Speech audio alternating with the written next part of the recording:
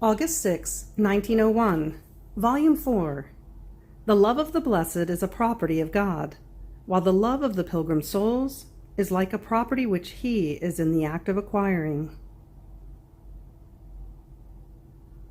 This morning, after I received communion, my adorable Jesus made himself seen, all in suffering and offended, such as to arouse compassion. I clasped him all to myself, and I said to him, "My sweet good, how lovable and desirable you are! How can men not love you? Even worse, they offend you. By loving you one finds everything, and the loving of you contains all goods, while by not loving you every good escapes from us. Yet who loves you? But, oh please, my dearest treasure, put aside the offenses of men, and let us pour ourselves out in loving each other for a little." Then Jesus called the whole celestial court to be spectator of our love, and he said, "The love of the whole of heaven would not render me satisfied and content if yours were not there united with it. More so, since that love is my property which no one can take away from me, while the love of the pilgrim souls is like a property which I am in the act of acquiring. Hence, since my grace is part of me, and my being is most active, as it enters into hearts, the pilgrim souls can make traffic of love, and this traffic expands the properties of my love, and I feel such taste and pleasure that if it were missing, I would remain embittered. This is why, without your love, the love of all heaven would not render me fully content. And you know how to traffic well in my love, for by loving me in everything, you will render me happy and content." Who can say how amazed I was left on hearing this, and how many things I comprehended about this love? But my tongue begins stammering, therefore I stop here. August 6, 1904, Volume 6. The privation is pain of fire that ignites, consumes, annihilates, and its purpose is to destroy the human life, to constitute the divine. This morning I went through a most bitter time because of the privation of my highest and only good. The sorrow of the privation was such that, as I found myself outside of myself, the pain of my soul was so great that the pain itself administered such strength to it that it wanted to destroy whatever it found as hindrance to finding its all, God. And not finding him, it would shout, cry, run more than wind. It wanted to upset everything, to turn everything upside down in order to find the life it was lacking. Oh, privation, how intense is your bitterness! Your sorrow is always new, and because it is new, the soul feels the bitterness of the pain as ever new. My soul feels as if one whole flesh would separate into many shreds, and all those shreds, with justice, ask for their life, and will find it only if they find God, who is more than their life. But who can say the state I was in? Meanwhile, saints, angels, and purging souls rushed up to me, placing themselves in circle around me, and preventing me from running, compassionating me, and assisting me. But everything was useless for me, because in them I could not find the one who alone could soothe my pain and restore my life. And so I shouted more, crying out, "Tell me where can I find him? If you want to have pity on me, do not delay showing him to me, for I can take no more." Then after this, he came out from within the depth of my soul, and it seemed that he pretended to be sleeping, without being concerned about the hardness of my poor state.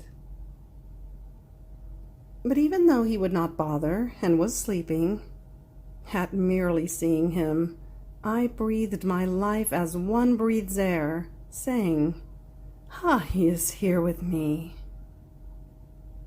However, I was not freed of the pain in seeing that he would not even pay attention to me.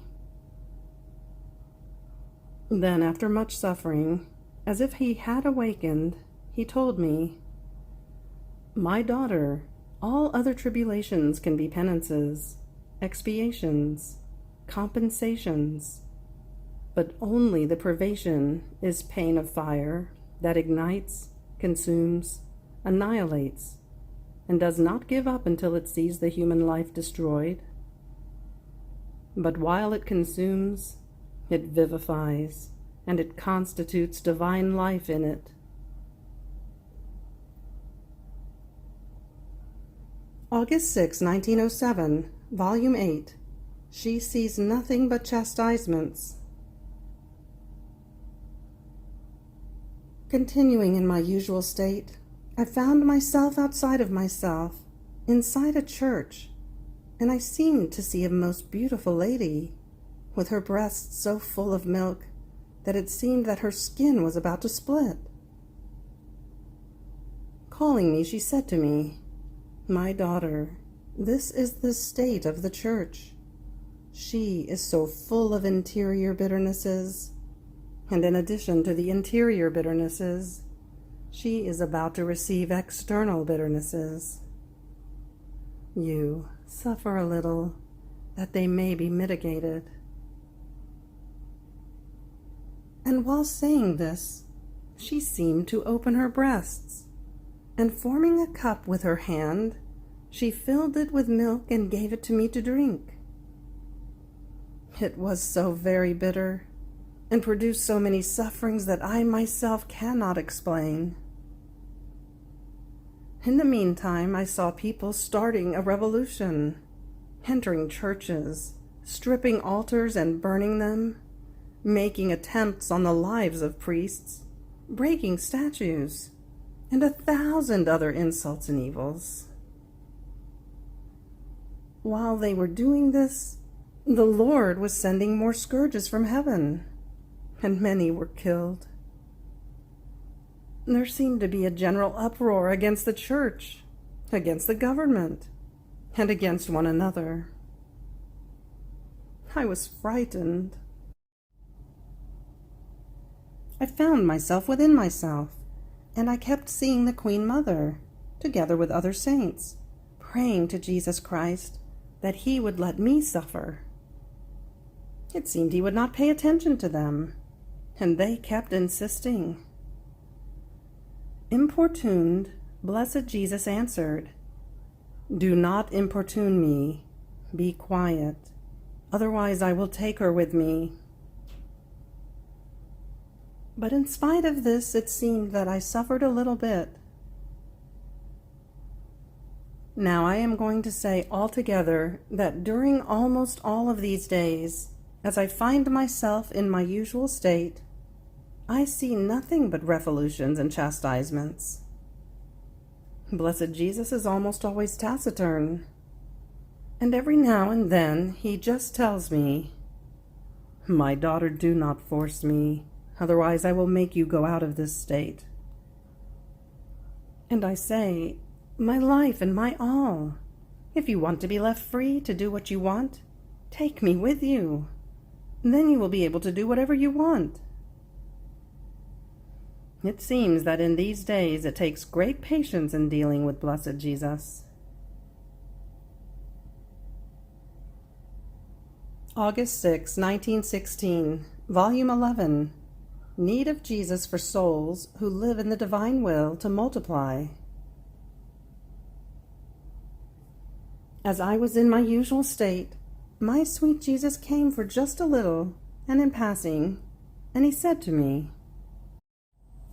"My daughter, my love feels an irresistible need for souls who live in my will to multiply, because they are the places of my quarters.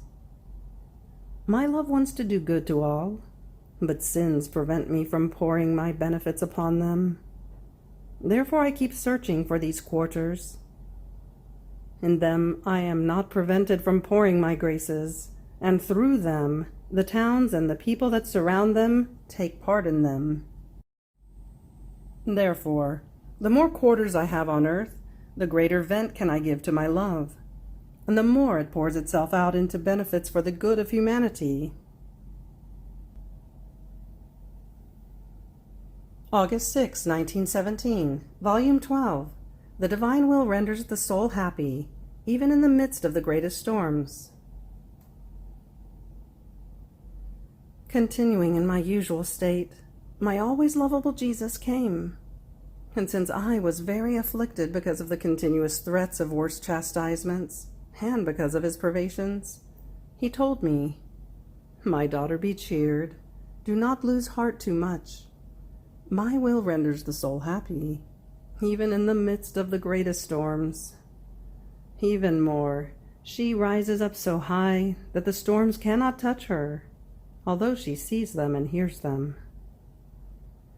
The place in which she dwells is not subject to storms, but is always serene, and with a smiling sun, because her origin is in heaven, her nobility is divine, her sanctity is in God, and there she is kept by God himself.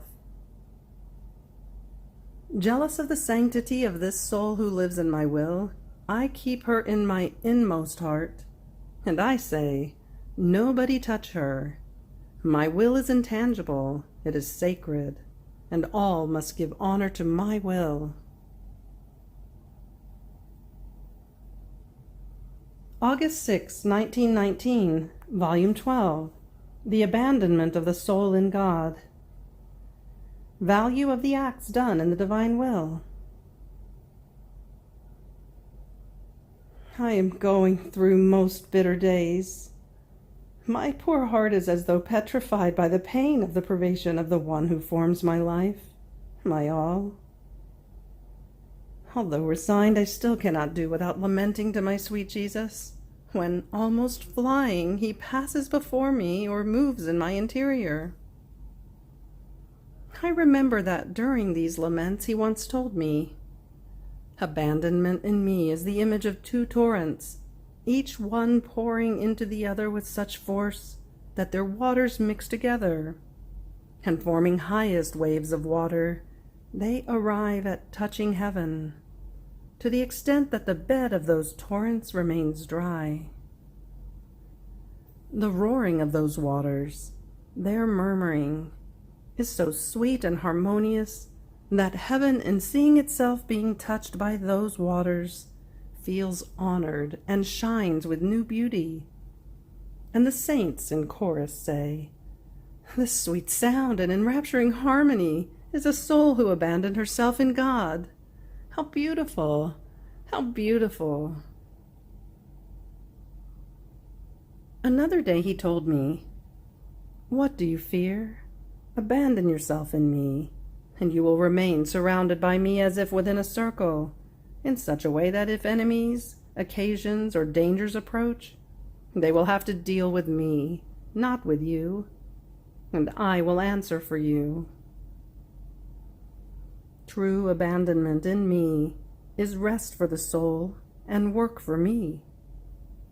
If the soul is restless, it means that she is not abandoned in me. A just pain is restlessness for one who wants to live by herself, doing great wrong to me and great harm to herself." Another day I was lamenting even more strongly, and my lovable Jesus, all goodness, told me, "My daughter, calm yourself.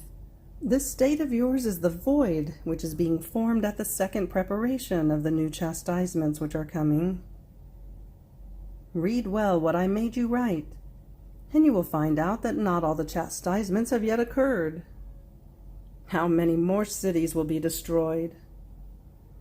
Nations will continue to draw up, each one against the other, and Italy her friendly nations will become her fiercest enemies.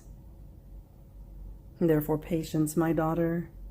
When everything is prepared to call man back, I will come to you as before, and we will pray and cry together for ungrateful man. You, however, never go out of my will. Since my volition is eternal, all that is done in my will acquires an eternal, immense, infinite value. It is like a currency which arises and never runs out.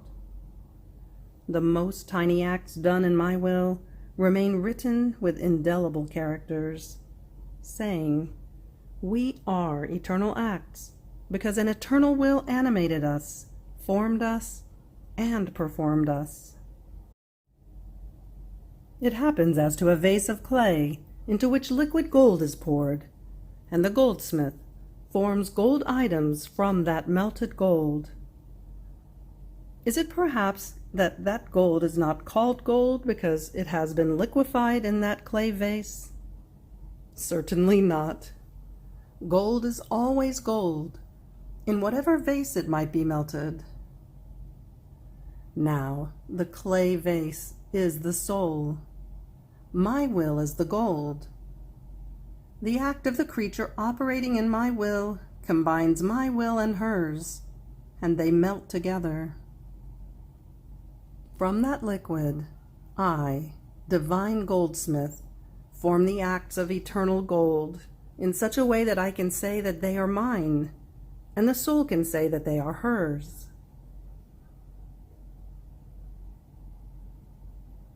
August 6, 1922, Volume 14. The Divine Will is Balance and Order. I felt all immersed in the holy will of God, and my sweet Jesus on coming told me, "My daughter, all things have equal weight for me. The weight of heaven is equal for me to that of the earth. My will contains perfect balance. Balance brings order, regime, utility, harmony. All things harmonize together as if they were one single thing. Order brings equality. Equality brings likeness. This is why there is so much harmony, order, and likeness in the three divine persons. All created things are in perfect harmony. One is the support, the strength, and the life of the other. If just one created thing disharmonized, all the others would roll about and end up in ruin. Only man moved away from us, from the balance of our will. Oh, how man rolled about, and from the highest place he fell into the deepest abyss. And in spite of my redemption, not all of the human family has returned to its original state. This means that the gravest thing is to withdraw from the balance of our will. It means hurling oneself into chaos, into disorder, into the abyss of all evils. Now, my daughter, this is why I have called you in a special way into this balance of my will, so that as you live in it, you may come to balance all the work of deranged humanity. By living in my will, you will balance yourself. You will be in order and in perfect harmony with us, and with all things created by us.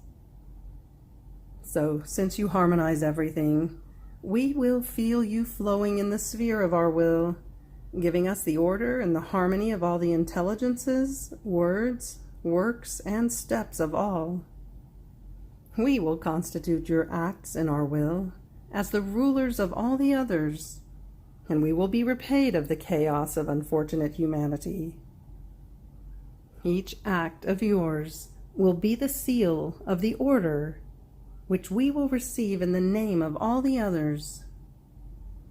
You have much to do in our will.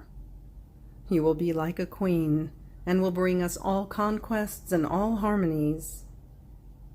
Our will provide you with all that is necessary, so that you make up for all, and fill the void of balance of the human will, which received so much harm in withdrawing from the balance of our will.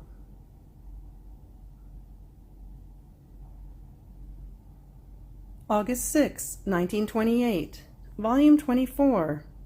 How operating in the Fiat is source of divine life. Difference from the human operating. How its light empties the soul of all passions. I was continuing my acts in the divine Fiat, and while doing this I thought to myself, what is the difference between doing good in the divine will and doing good in the human will? And my sweet Jesus, moving in my interior, told me, my daughter, what is the difference? There is such distance that you yourself cannot arrive at comprehending all the value contained in operating in my divine will. Operating in my Fiat is life that the soul takes into herself. It is divine life, life with the fullness and the spring of all goods. For each act done in my will, the soul encloses within herself a life that has no beginning and no end. She encloses an act from which everything springs, springs that never exhaust. But what is it that springs? Continuous sanctity springs, happiness, beauty, love spring. All the divine qualities are in the act of springing and growing continuously.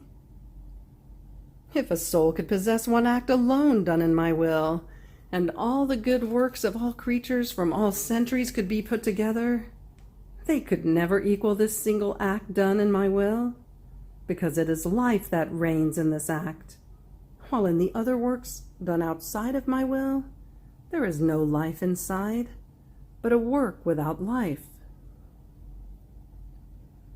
Imagine yourself doing a work. You put your work into it, not your life. Therefore, one who could possess or see that work would possess or see your work, but not your life. Such is the human operating. It is works that creatures do, not life that they put in their works. Therefore, they are subject to becoming stained, consumed, and even lost. On the other hand, the love and the jealousy of my will for the operating of the soul done in it is so great that it places its very divine life in the middle of that work as its center. So the soul who does all of her acts in it possesses as many divine lives for as many acts as she performs in my supreme Fiat. She can be called the bilocator and the populator of the divine life within the endless sea of my eternal volition. Therefore, as much as other creatures may do, or sacrifice themselves, they can never please me if I do not see the life of my will flow within them. In fact, since their works are without life, the love that always loves, the sanctity that always grows, the beauty that is always embellished, the joy that always smiles, are not in them. At most, they might be present in the act of their operating, but as the work ended, the exercising of their life ended in their work, and I, not finding the continuation of their life in their work, find no taste or pleasure, and I long for the soul who lives in my divine will, in order to find her works full of divine lives that always love. These are not mute works, but speaking, and since they possess a divine will, they know how to speak of their Creator so well that I take all pleasures in hearing them, and I remain with them with so much love that it is impossible for me to separate. More so since it is my very life that binds me to them with indissoluble bonds. Oh, if you knew how great the good is of having called you to live in my will, the prodigies, the infinite riches that you can enclose, the love with which your Jesus is drawn to love you, you would be more attentive and grateful, and you would yearn for my Fiat to be known and to form its kingdom in the midst of creatures, because it alone will be the sower of divine life in creation. Then I continued my abandonment in the Fiat, and my mind was lost in seeing the endlessness of it, its light that invests everything, its power that does everything, its wisdom that orders and disposes everything. My poor and little mind wanted to take many things from that endless light and sea, but could take nothing but a few drops. And what is more, with terms that were not human, but divine, that my little capacity is unable to reduce into words.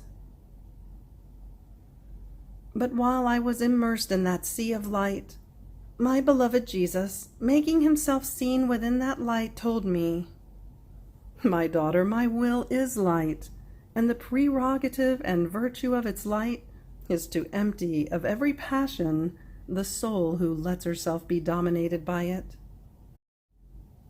In fact, its light places itself within her as center, and with its heat and vivifying light gets rid of any human weight, and vivifies and converts everything into seed of light, forming the new life in the soul, with no seed of evil, all pure and holy, as she came out of our creative hands, in such a way that this fortunate creature cannot fear that she might do harm to anyone.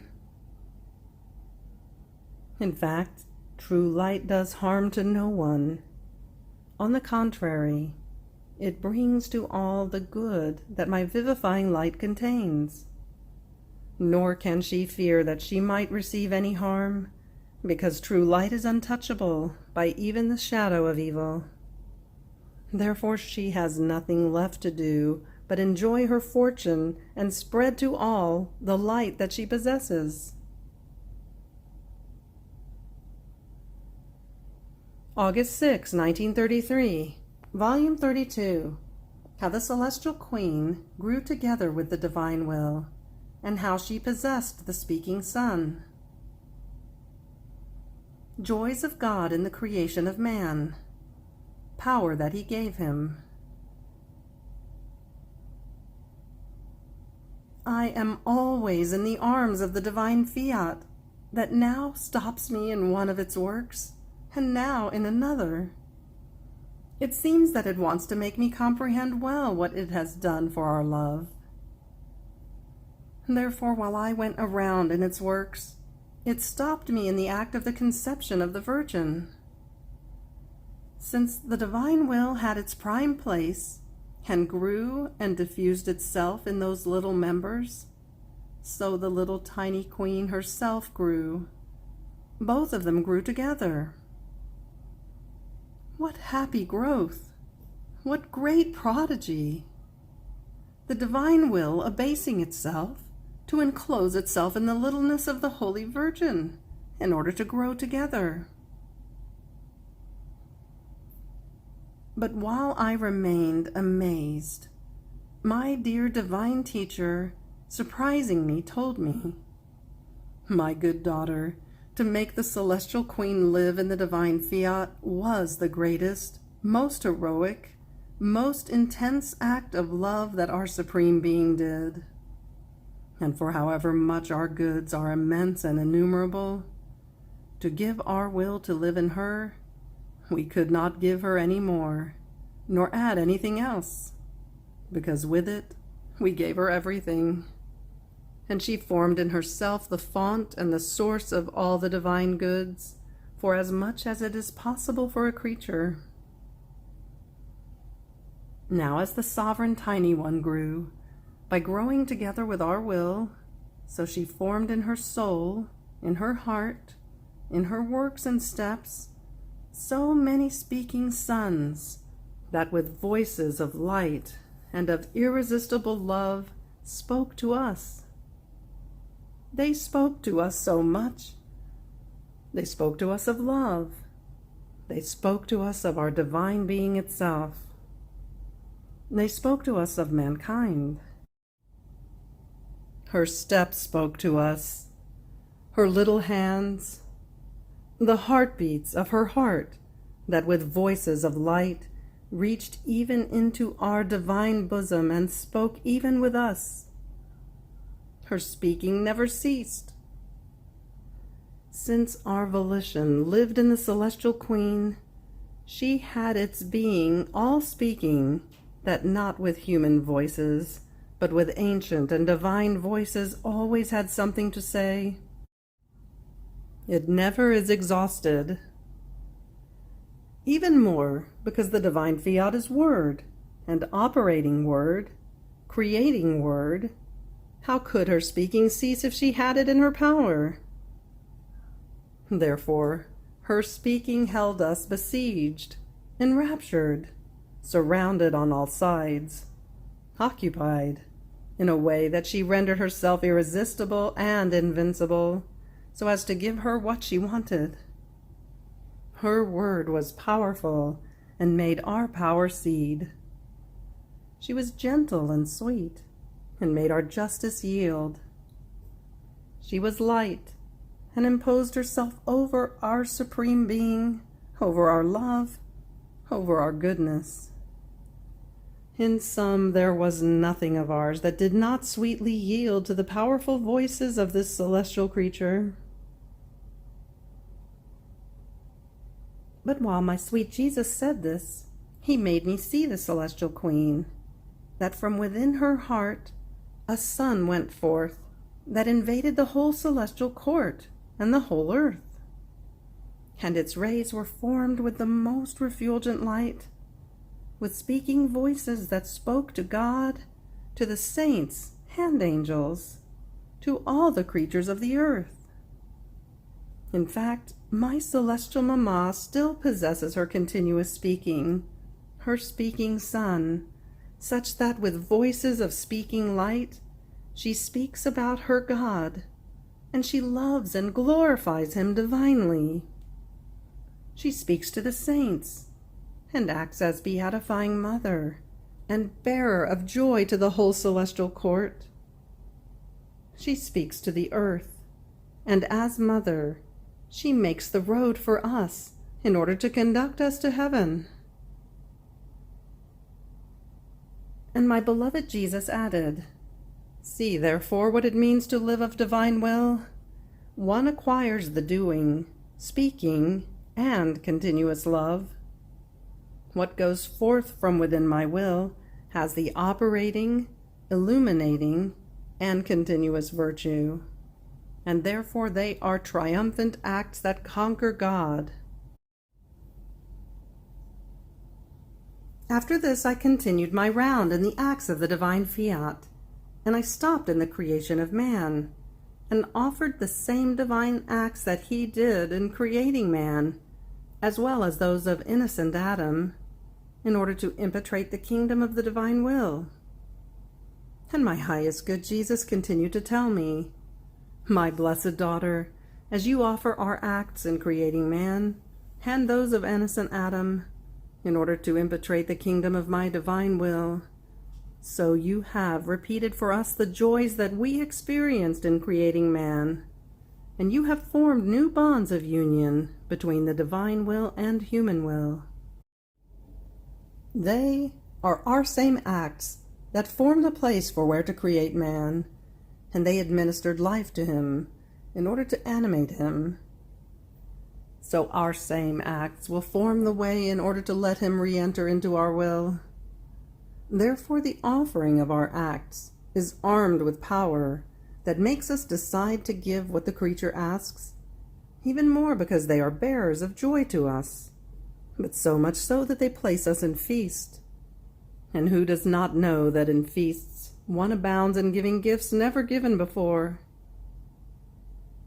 Now you must know that in not one other thing created by us did we experience such joy as in creating man. But do you know why? Neither to the sky, nor the sun, nor the stars, nor the wind, and all the rest, did we give the power of being able to give us our heartbeat, our life, our love.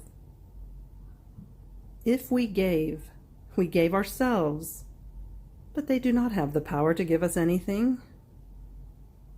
Therefore, the joy of receiving, no, it does not exist in the other created things. At the most, the joy of giving, but not being exchanged, the joy remains isolated and without company. On the other hand, in creating man, we gave him the power of giving us our life, our eternal heartbeat that beats and gives love. It was such joy of ours to give this power to man, to feel our heartbeat in him, and to give our life at his disposal, in order for him to be able to love us with a divine life. In fact, man could make us happy and exchange us with his joys, and joys that could be on a par with ours. Then, in seeing our life in him, in feeling our heartbeat beating in him, we experienced such joy that we remained ecstatic before a portent so great as the creation of man. And now, offering to us these acts of ours, we feel the joys and the sweet memory of his creation being repeated for us. Therefore, repeat your offerings if you want to give us joys and incline us to giving our will reigning on earth. August 6, 1938, Volume 36. Exchange of life between the divine will and the human. Victory of Jesus. There is no greater offense than subtracting oneself from the divine will. The speaking creation. Divine heartbeat and breath. Necessity for God to speak to the creature. I feel the need to give myself continuously to the divine will. I am like the little girl who looks for the lap of her mother to take shelter in it, and stays there safe, all abandoned in her arms.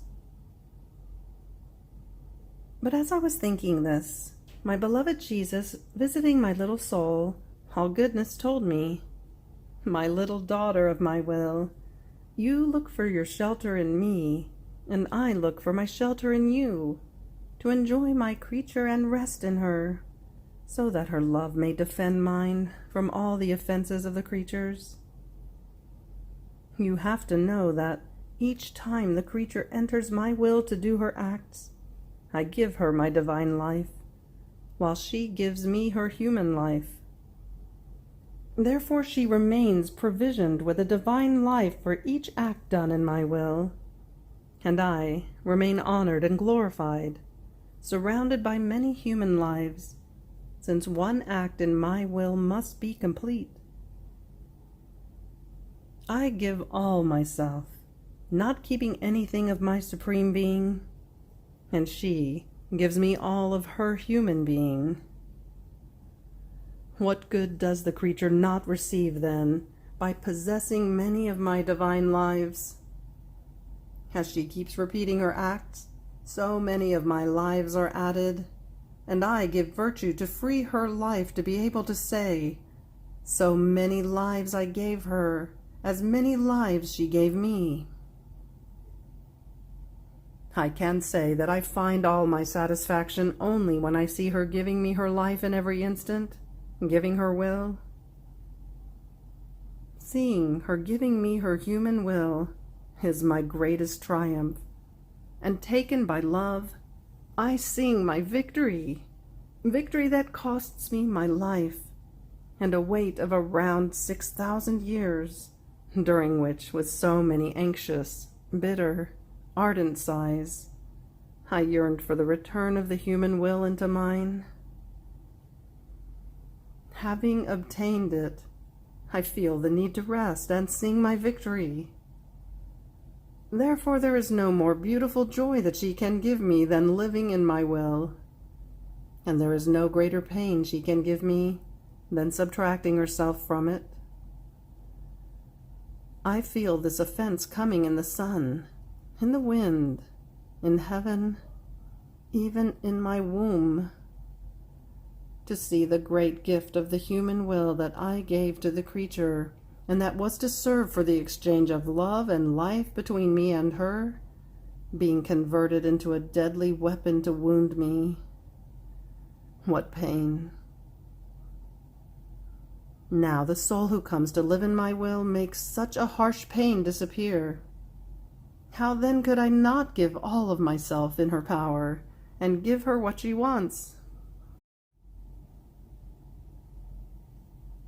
Then he added, my love for who lives in my Fiat is such that, as the creature feels the need to breathe, eat, move, I feel the need to form one single life with her, since my will, living in her, transforms her in my breath, my heartbeat, my motion, my food.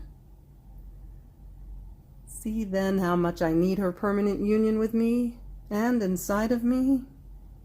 Otherwise I would feel the breath, motion, heartbeat, and food of my love missing from the whole of creation. Oh, how bad I would feel. Since one who lives in my will is inside our Supreme Being, she is speaking, moving, palpitating creation, who in the name of all created things brings us the food of love that all should give us. We can say that our love feeds all created things. Therefore we feel the need to receive the return of love, not to remain on an empty stomach.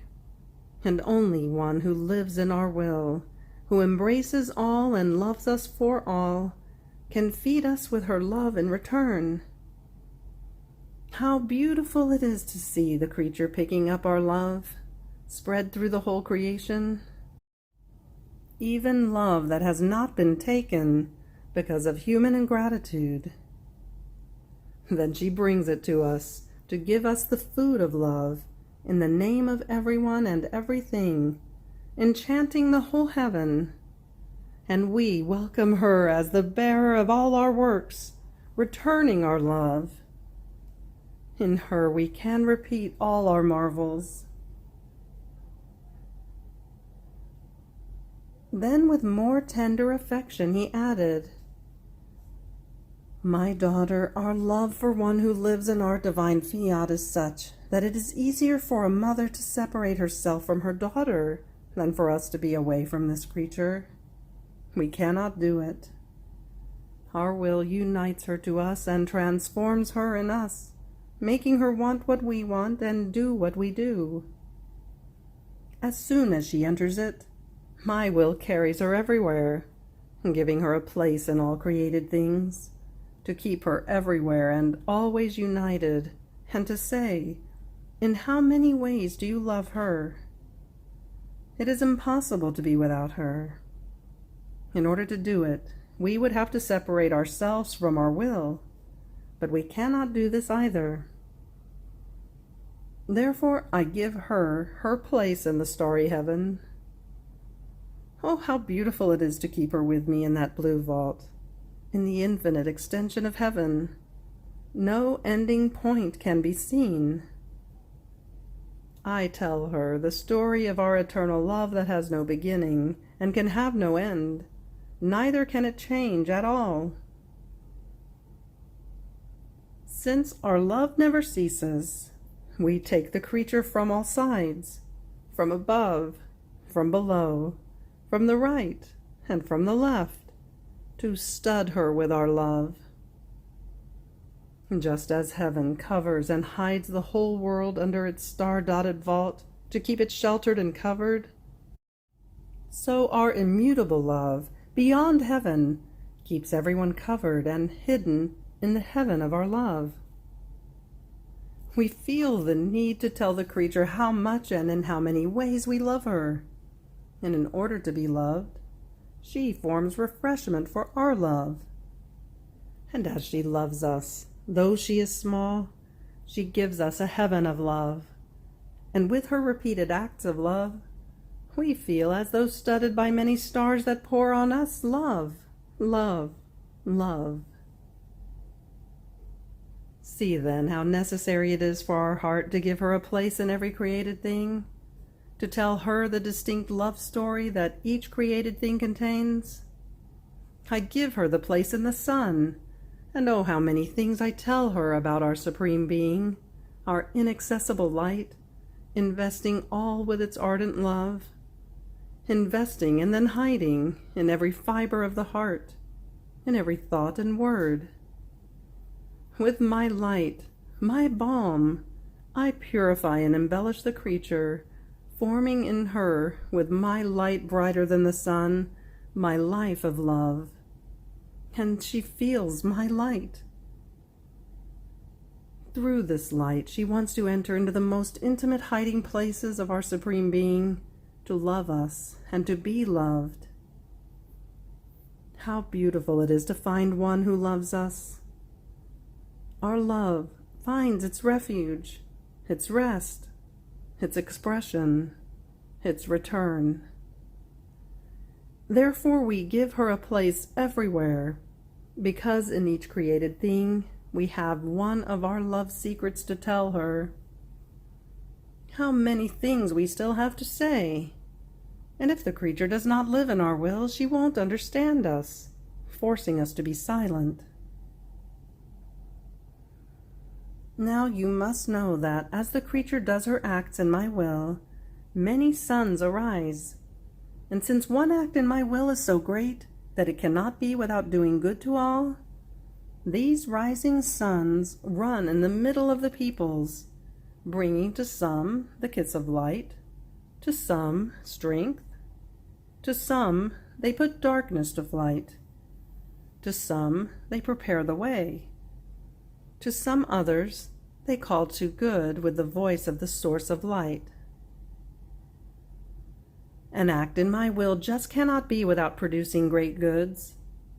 As soon as the sun rises at the horizon to become with its light, light for every eye, it runs to mature the plant, give color to the flowers, purify the air, to give itself to all, almost renewing and strengthening the earth, forming its joy and feast.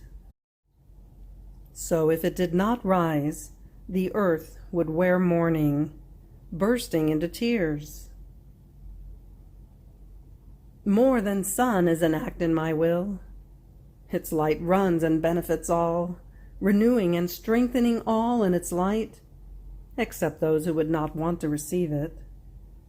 And even if they did not want to receive it, they would be forced to receive the good of the light and of the sun, forced to feel its heat by the empire of the light. Such is the empire of one act in my fiat. It cannot be without operating prodigies of grace and immense goods. Therefore one who lives in our will does all. She embraces everyone and gives us everything. If we want love, she gives us love. If we want glory, she gives us glory. If we want to speak, we have one who listens. If we want to do great works, we have the one in whom to do them, who will give to us in return. This is why I want you always in our will. Never leave it.